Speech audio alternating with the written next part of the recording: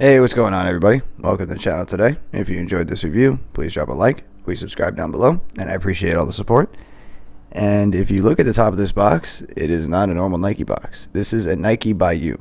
This was previously called the Nike ID program. This was where you would go in and kind of just customize your own silhouette based on what they offered materials, color-wise, what model was available. Sometimes there'd be Blazers, sometimes Air Maxes, sometimes Air Forces. This has the Nike by You tag up here.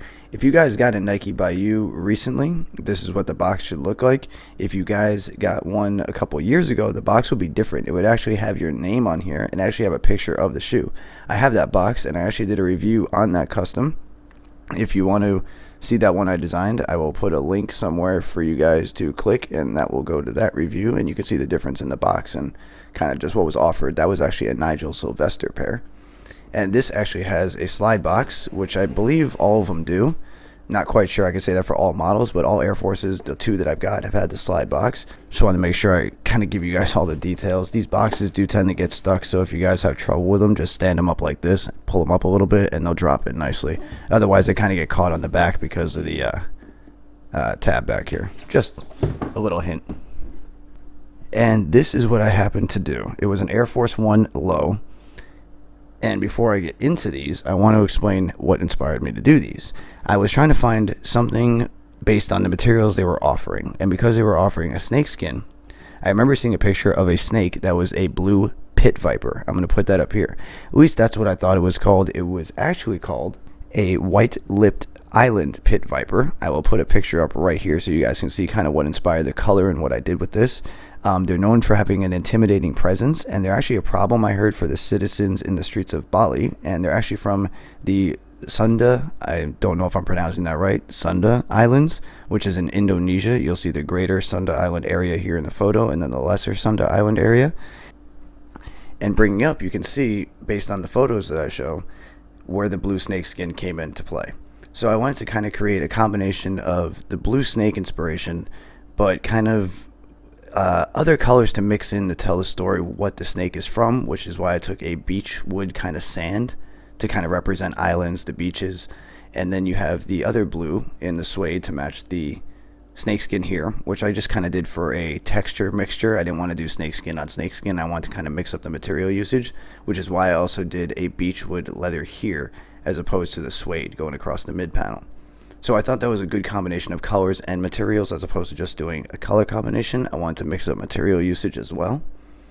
And if you look across the midsole here, it's just a white midsole with the air black accent. We do have a translucent clear outsole, which I actually really like the touch of. Something about icy translucent soles and gum soles I really love. And as you can see, these are dead stock. I have not broke these out yet and worn them. If you come onto the back here, you have the black leather tab here with blue. And on the other one, yes, because I just wanted to fit something there to kind of give the inspiration, I dubbed these the blue snake. And if we come around to this section here, you can see more of the blue snakeskin paneling, kind of a textured graph pattern on a diagonal to kind of give you the appearance of a snakeskin. This is not real exotic materials. Nike stopped using those back when the Air Force One luxury pack came out. I believe each shoe was about $2,000 retail in 2007. Those, they used real anaconda, crocodile, and you know, because of PETA and places like that, they couldn't stop using exotic skins. They had to stop it, and it's just, you can't get those things anymore on these kind of sneakers. It's understandable though, and I completely agree with it, but they used to use actually real stingray and stuff like that back in the day. And then you have more of that snakeskin patterning going across here. There's a look at the suede again on the inside midsection. Black perforated leather toe box, matching blue lace dubray, matching blue laces, and as you can see, the tongue, I went a little different with this. I was going to do a blue, but I wanted to kind of throw something in with the black here to kind of offset the black and blue together here, but I didn't want to do all black, and I didn't want to do the blue snakeskin because also you have a black leather lining here with a black insole, and it's black leather actually under the tongue as well, which is really nice. So I actually went with a grayish black. It's almost like a smoked snakeskin. It's like a charcoal gray. And I think with that color combination of the gray, the black and blue, and the beechwood, I just think overall it mixed really well, and it combined together nicely for a well put together, just kind of simple but out there Air Force One.